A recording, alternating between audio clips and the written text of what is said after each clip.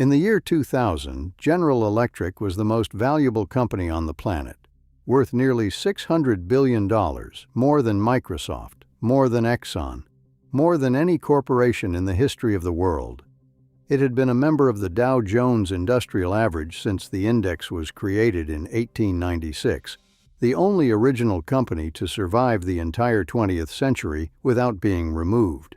And then, over the span of about 18 years, it lost more than $500 billion in value, was kicked out of the Dow, cut its dividend to a penny a share, and in 2024 ceased to exist, broken into 3 separate companies, none of which uses the name General Electric as its primary identity. The conglomerate Thomas Edison helped create, the company that electrified the nation, that won Nobel Prizes, that built jet engines and nuclear power plants and MRI machines, that employed hundreds of thousands of Americans. Gone. Not because someone stole it, not because the technology became obsolete, but because the people who ran it decided, somewhere along the way, that the most profitable thing a company that makes turbines and light bulbs can do is stop caring so much about turbines and light bulbs and start acting like a bank.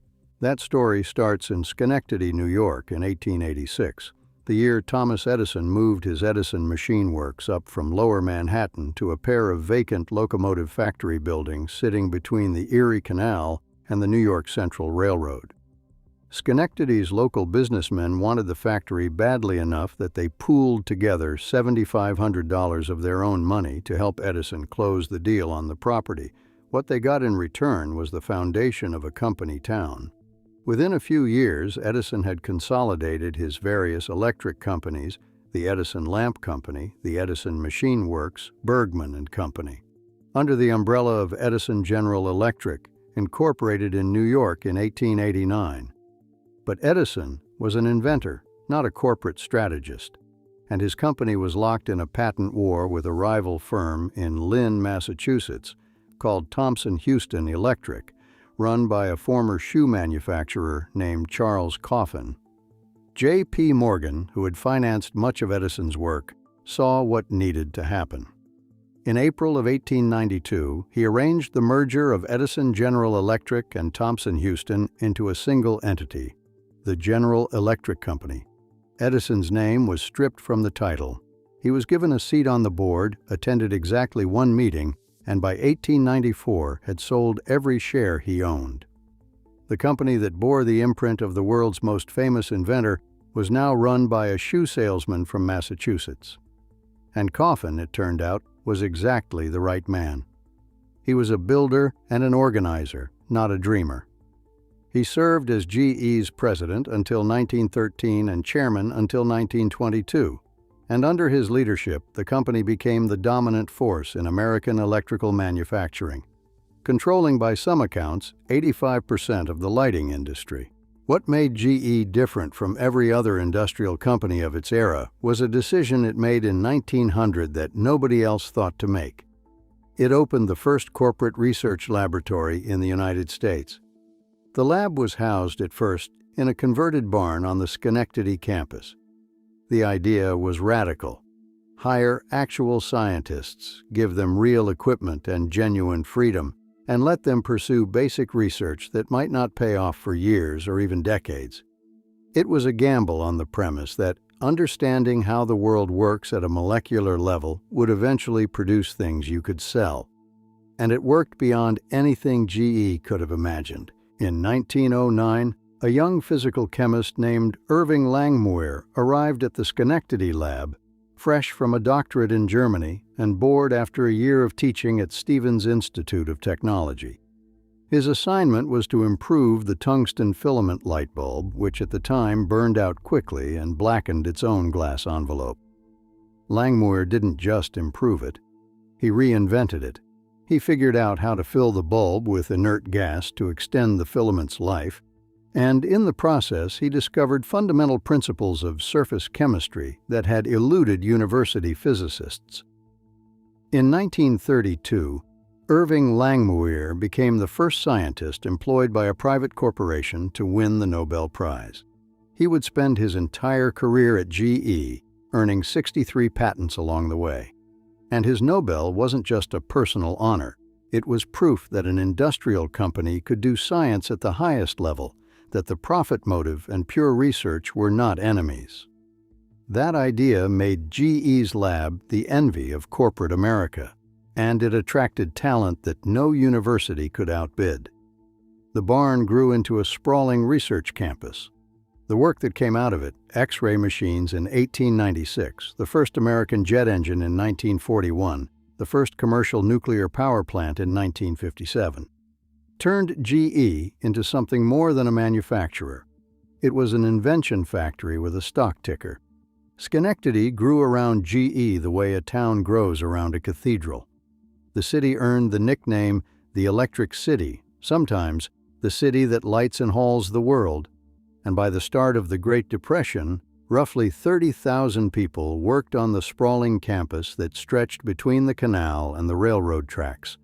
The products that came out of those buildings touched almost every part of American life. GE built the turbines that generated the electricity.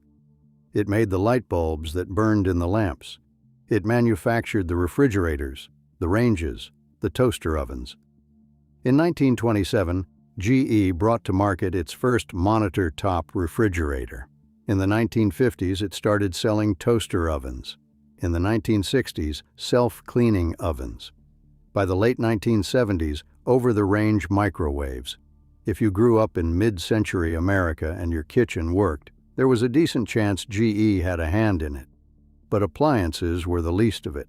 Over 35% of the world's power generation equipment was built in Schenectady. GE turbines turned the lights on in cities across 6 continents. During World War II, when the factory lines pivoted to wartime production, turbines, superchargers for bomber engines, radar equipment, weapons components, the Schenectady workforce swelled to 45,000. The campus was a city within a city, its own economy, its own social order. Fathers worked there, then sons, then grandsons. The dividends from company stock built generational wealth. Employee volunteerism and corporate philanthropy funded the libraries, the parks, the civic life of the whole community. Downtown Schenectady swarmed with shoppers spending paychecks earned on the GE assembly lines. After the war, employment settled around 32,000 and stayed in the mid-20,000s through the 1960s and 1970s. It was a good life, tied to an institution that felt as permanent as the Mohawk River that ran alongside the factory gates.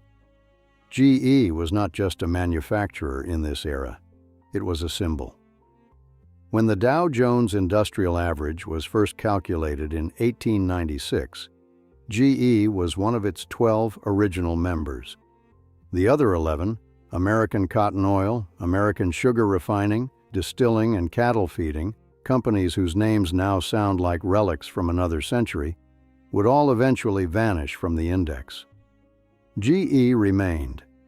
Decade after decade, through depressions and world wars and technological revolutions, through the rise and fall of industries that didn't exist when Edison was alive, GE stayed on the list.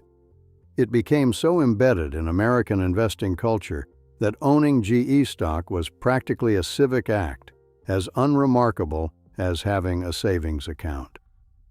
Millions of ordinary Americans, retirees, teachers, small business owners, held it in their portfolios as something you didn't sell, something you passed down. But something was changing in the wider economy that would reshape GE more thoroughly than any invention. By the late 1970s, American industrial companies were being battered by foreign competition, Japanese electronics, German machinery, cheap manufacturing from emerging economies. GE's traditional businesses, the ones built on turbines and appliances and light bulbs, were growing slowly, if at all. Revenue was flat. The stock was sluggish. The company that had once seemed invincible now looked like what it was, a very large, very bureaucratic manufacturer struggling to compete in a world that had caught up with it. What GE needed, its board decided, was not another steady-handed engineer at the top. It needed someone willing to break things. They chose Jack Welch. He was 45 years old when he became GE's chairman and chief executive in 1981, the youngest in the company's history. He had a Ph.D. in chemical engineering from the University of Illinois and had risen through GE's plastics division, where he'd built a reputation for impatience, combativeness, and results. The company he inherited had a market capitalization of about $14 billion and nearly 400,000 employees. Within his first 5 years, he eliminated more than 100,000 of those jobs, closing factories, shuttering business lines, and forcing every division to justify its existence. If your unit wasn't number 1 or number 2 in its market, Welch sold it or shut it down. In Schenectady alone, the workforce fell from 24,000 in 1980 to 12,500 by 1990. The nickname came quickly, Neutron Jack. Like the neutron bomb, people said, the buildings were still standing, but the people were gone. The layoffs were brutal, and the communities GE left behind, Schenectady, Pittsfield, Fort Edward, carried the scars for decades. In Schenectady, the mayor would sit in her office on Friday afternoons dreading the phone call from a GE representative sharing the latest round of cuts. In 1986 and 1987 alone, the company eliminated 3,350 jobs in the city. It was supposed to be the centennial of Edison in Schenectady, 100 years since the inventor brought his machine works to town, but nobody felt like celebrating. By 1995, the Schenectady workforce was down to 6,700. The population of the city itself had plunged by half. The crumbling downtown, the time-worn residential neighborhoods, the shuttered storefronts, there were larger societal forces at work, the painful transition to a post-industrial economy, the suburban migration. But GE's shrinkage was the wound that wouldn't close. Wall Street, however, loved Welch because what replaced the old GE was staggeringly profitable. He didn't just cut costs. He stripped away 9 layers of management hierarchy. He abolished the thick blue books, volumes of bureaucratic guidance that had governed every GE manager's decisions for decades. He forced the company into a culture of relentless internal competition through a process called stack ranking, where every year the bottom 10% of performers were pushed out. The culture was, by design, cutthroat. But the real transformation wasn't in the factories or the org chart. It was in a modest financial services subsidiary that was about to become the beating heart of the entire corporation. Welch rebuilt GE around a concept that would have bewildered Thomas Edison: financial services. GE had maintained a modest financing arm called GE Credit Corporation since the 1930s, originally created to help consumers buy GE appliances on installment plans. Under Welch, it was transformed into GE Capital, and it became the engine of the entire corporation. GE Capital didn't just finance refrigerators anymore. It issued credit cards, it wrote mortgages, it financed leveraged buyouts, it leased aircraft, it insured long-term care policies, it lent money to commercial real estate developers. It did, in short, everything a bank does. Except it wasn't regulated like a bank. A 1997 Fortune magazine article noted that GE Capital powers GE's earnings, drives its stock, and scares the hell out of its competitors.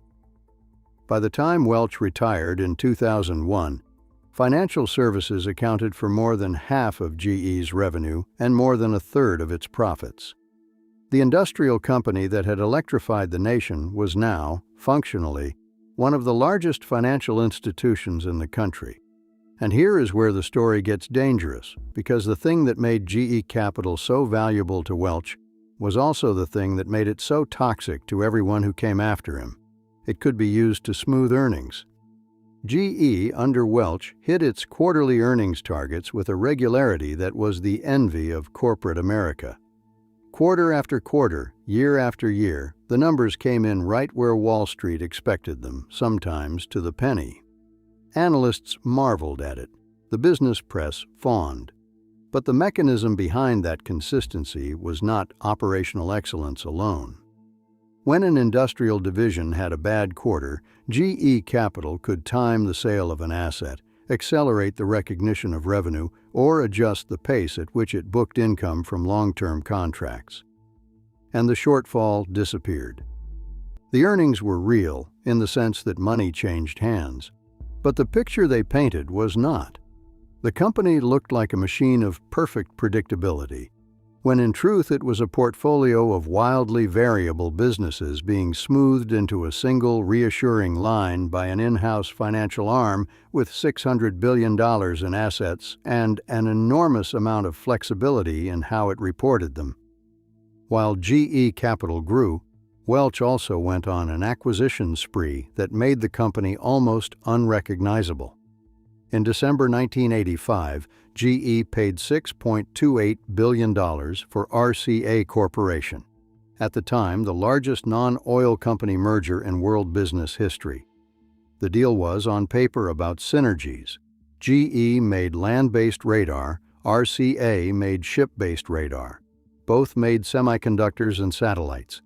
But the real prize was NBC, the television network, and Welch wanted it because he wanted to own a television network. Within a few years, GE sold off every piece of RCA except NBC. Then, in 1986, Welch bought Kidder Peabody, a securities trading and investment banking firm, for about $600 million. The reasoning, as Welch explained it, was that GE was tired of paying investment bankers enormous fees to handle GE's own deal flow. The purchase turned into a fiasco. Kidder was rocked by insider trading scandals, then by a government bond trader named Joseph Jett, who racked up what turned out to be roughly $350 million in fictitious profits. GE ultimately unloaded Kidder to PaineWebber in 1994 at a significant loss. It was an early warning, largely ignored, that GE's leadership didn't always understand the businesses they were buying. None of that slowed the stock. By the turn of the millennium, GE's market capitalization had climbed from $14 billion to somewhere between $400 billion and $600 billion, depending on the week. Fortune magazine named Welch Manager of the Century in 1999. His compensation package in his final full year on the job, 2000, was reportedly worth $122.5 million. Companies across America competed to hire his protégés as their own CEOs, as though whatever Welch had was contagious. And when he retired in September 2001, GE's stock price had grown at an annualized rate of about 21% a year for 2 decades, far outpacing the S&P 500. His successor was a GE lifer named Jeff Immelt, who took the job on September 7, 2001. 4 days later, 2 planes hit the World Trade Center, and the world Immelt had been hired to manage ceased to exist. The insurance claims alone were staggering. The economy slipped into recession. Then came the dot-com crash. Immelt was piloting the world's most admired corporation directly into a headwind, and the machine Welch had built, the one that depended on financial services to cover up the bumps, was about to be tested in ways it was never designed to withstand. What many expected Immelt to do was shrink GE Capital back to a manageable size and return the company to its industrial roots. Instead, he expanded it. Under Immelt, GE Capital loaded up on commercial real estate, bought a subprime mortgage lender called WMC Mortgage, and grew its portfolio of long-term care insurance policies. Quiet, complex obligations that would not detonate for years. By the mid-2000s, GE Capital's net investment exceeded $630 billion. Fortune had reclassified GE as a diversified financial services company rather than an electrical equipment company. Welch reportedly took issue with the new label. But the label was accurate. Then came 2008. When the financial crisis hit, investors realized that GE was not the fortress they'd believed. Its commercial paper, The short-term "I owe us" that GE Capital used to fund its daily operations depended on the kind of rolling confidence that evaporates overnight in a panic. When Lehman Brothers collapsed in September, the entire commercial paper market froze, and GE Capital, which had been rolling over tens of billions of dollars in short-term debt, suddenly couldn't borrow.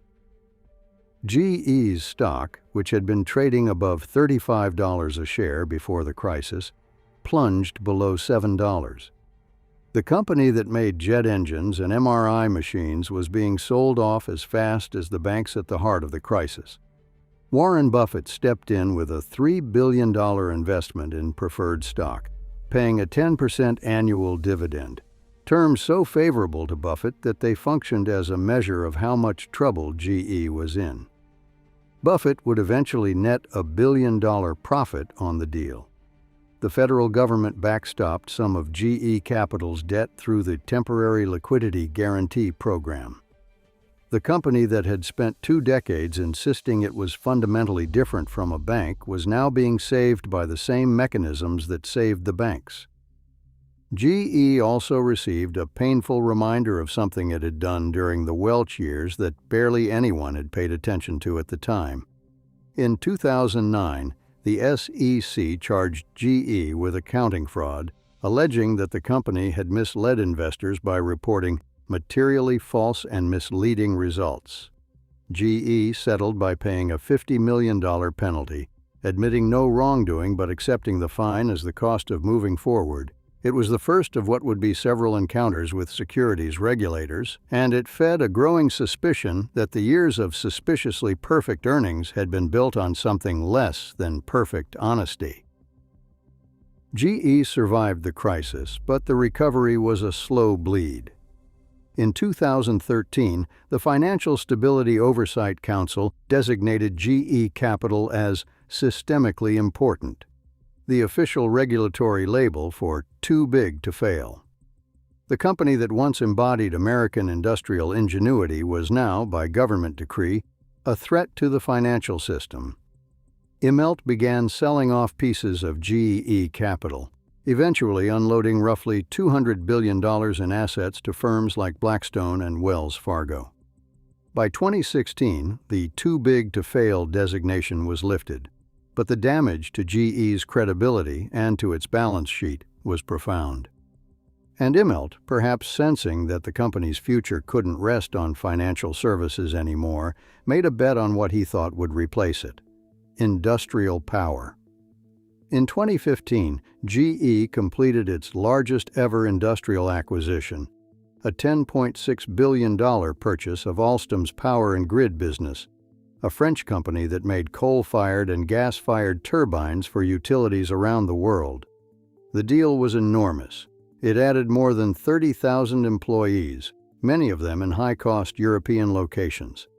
Immelt's thesis was that global demand for electricity generation was going to keep rising, and GE, by combining its own power division with Alstom's installed base, would dominate the market for decades. Analysts and investors largely applauded the transaction at the time. The problem was timing. Renewable energy, solar and wind in particular, was dropping in cost far faster than almost anyone in the fossil fuel industry had anticipated. Utilities were beginning to shift away from the massive gas turbines that GE and Alstom had built their businesses around. The global market for new gas turbine orders didn't grow the way GE had projected. It shrank. The Alstom acquisition, which was supposed to be GE's triumphant return to its industrial roots, became instead a monument to misjudgment. Revenue from GE Power, once the company's flagship division, fell year after year. The Alstom deal alone would eventually force GE to take a $22 billion goodwill write-down, meaning the company was admitting, in accounting terms, that the business it had bought for $10.6 billion was worth billions less than it had paid. Immelt himself would later concede the obvious. In a 2021 interview, he told CNBC that if he had it to do over again, he wouldn't do the Alstom deal. He described not firing the head of GE Power during the integration as perhaps the worst mistake of his career. The board, he noted, had reviewed the transaction 8 times before approving it. 8 reviews, unanimous approval, and it still turned out to be a disaster. That's the nature of the problem. The people inside the room often share the same assumptions, and when the assumptions are wrong, all the diligence in the world doesn't save you. But there was another bomb ticking, and this one had been planted decades earlier. During the expansion of GE Capital in the 1980s and 1990s, the company had built up a large reinsurance portfolio, including a significant book of long-term care insurance policies. These policies covered end-of-life expenses, nursing homes, assisted living, the kind of care that gets more expensive the longer people live. And Americans, it turned out, were living longer than the actuarial models had predicted. The claims were rising year after year, and GE had not been setting aside nearly enough money to cover them. In January 2018, the company disclosed a $6.2 billion charge related to the insurance portfolio and announced it would need to devote $15 billion over 7 years to shore up its reserves. $15 billion. The SEC opened an investigation. Former employees told investigators that worsening results in the insurance business had been internally downplayed or buried for years. GE eventually settled with the SEC for $200 million, with the agency stating that the company had materially misled investors about how it was generating earnings and about the growing risks in its insurance book. No individual executives were charged, but the SEC's language was unambiguous. The numbers GE had been showing the world did not reflect the reality of what was happening inside the company. Jeff Immelt stepped down as CEO in August 2017. On the day he announced his retirement, the stock went up, a verdict as blunt as any analyst's report. During his 16 years at the helm, GE had been the worst-performing stock in the Dow. Immelt had been named one of the world's best CEOs by Barron's 3 times, had sat on CEO councils under 2 presidents, and had been paid nearly $120 million between 2007 and 2014.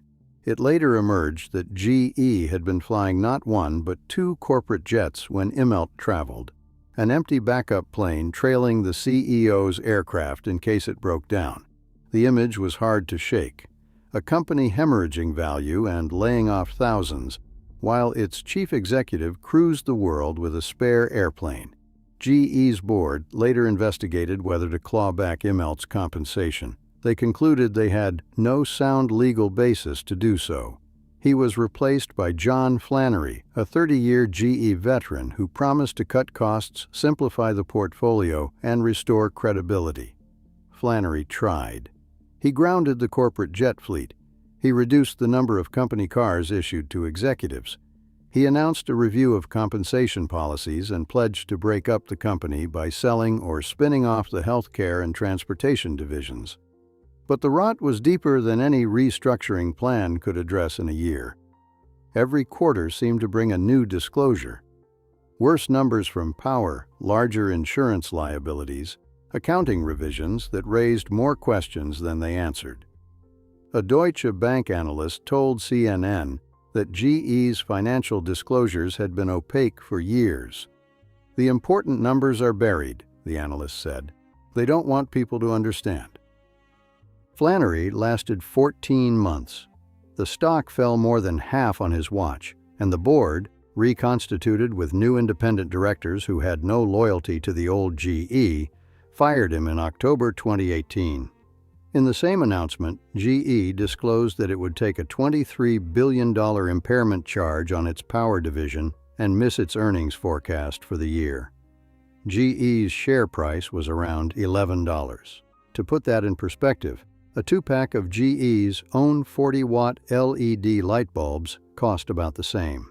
Flannery's replacement was H. Lawrence Culp Jr., the former CEO of Danaher Corporation. a mid-sized industrial conglomerate that Culp had transformed during his 14 years at the helm. Culp was 55 years old, a Harvard MBA, and the son of a small welding company owner in the Washington, D.C. area. He was also the first outsider to run General Electric in the company's 126-year history. That fact alone tells you how desperate the situation was. GE had been legendary for producing its own leaders. It was the company whose executive pipeline was so deep that companies across America rated it for CEOs. Boeing, Home Depot, Honeywell, all had been run by ex-GE executives. And now the pipeline had failed, and the board had to go outside for the first time since Charles Coffin. One analyst described the situation bluntly. If Culp weren't the CEO, the stock price would be $4. The company GE had become was so far from the company it had once been that only a man with no memories of the old GE could see clearly enough to save whatever was left. Culp slashed the dividend to a penny a share. For generations of American retirees who had held GE stock as a bedrock of their portfolios, this was devastating. GE had paid dividends continuously since the 19th century. The penny dividend was not a payment, it was a confession. Culp accelerated the sale of GE's remaining stake in Baker Hughes. The oil services company Immelt had merged with GE's oil and gas division. He sold the biopharma unit to his former company, Danaher, for $21.4 billion. Every dollar went toward paying down debt. In June 2018, GE suffered what many saw as the final symbolic blow. It was removed from the Dow Jones Industrial Average, replaced by Walgreens Boots Alliance, a drugstore chain. The last original member of the index, the company that had been there since 1896, since the days of distilling and cattle feeding and Tennessee coal and iron and national lead, gone. The committee said the change reflected GE's diminished weight in the American economy. What they meant was that the stock price was so low it was distorting the index. GE had been the worst performer in the Dow in 2017 and in 2018, last place 2 years running on the index it had helped define for over a century. In May of 2020, during the early chaos of the pandemic, GE's stock briefly traded below $6 a share.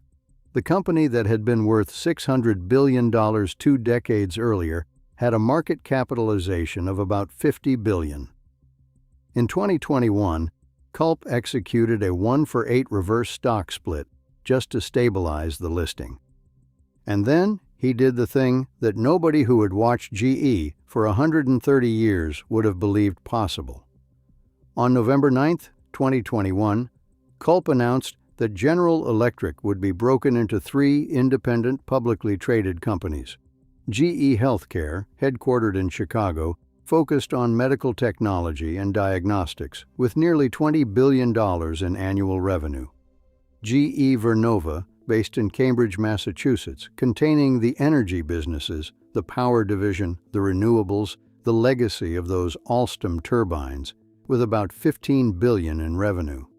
And GE Aerospace, headquartered near Cincinnati, the aviation business that built the jet engines powering most of the world's commercial aircraft, with $32 billion in revenue.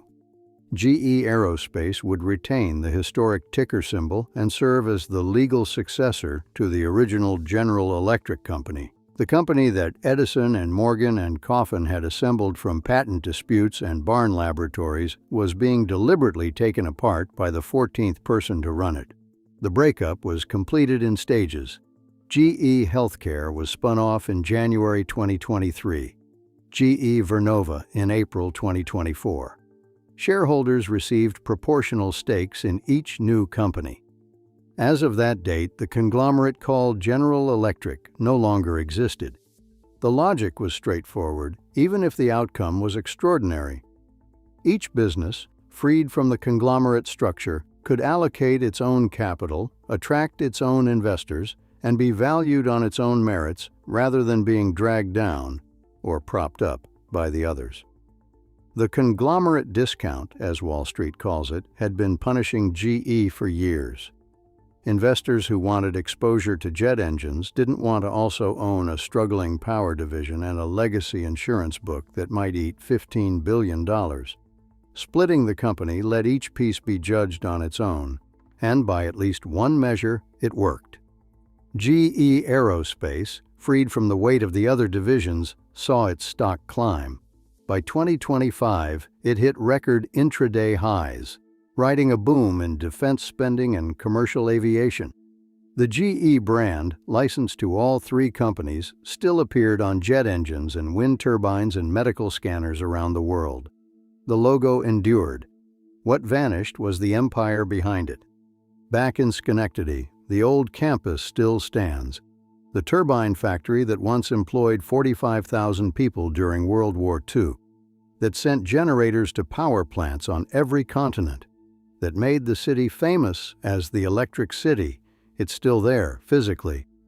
By 2021, the union representing hourly production workers in Schenectady reported just 800 members.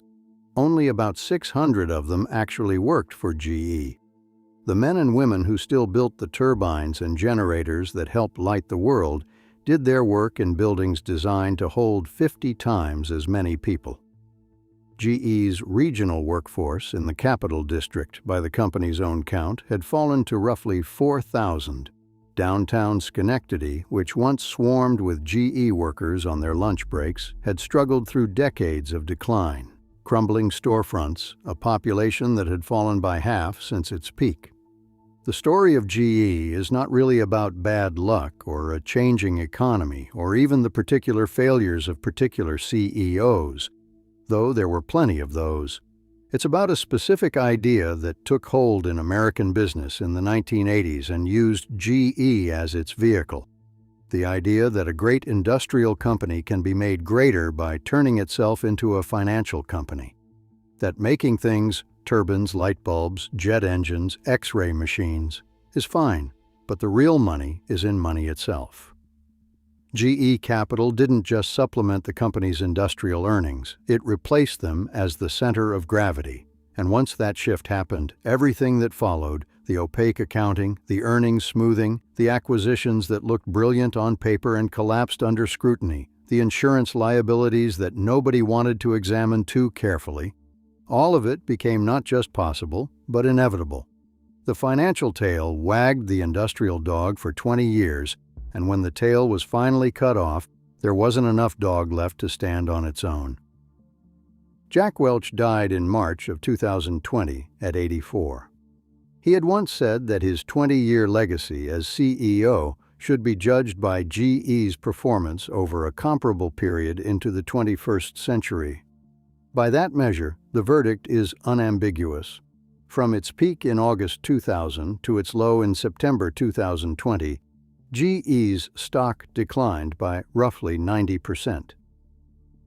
Irving Langmuir's old research lab, the one that started in a converted barn, still operates in Niskayuna, just outside Schenectady, now under the GE Aerospace banner.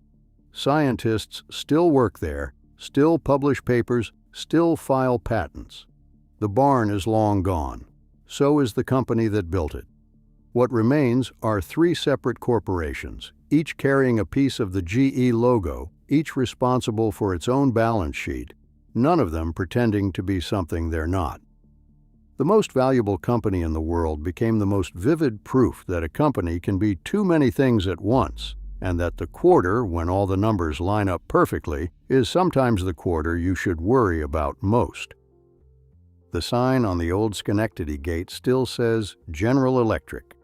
Nobody has taken it down.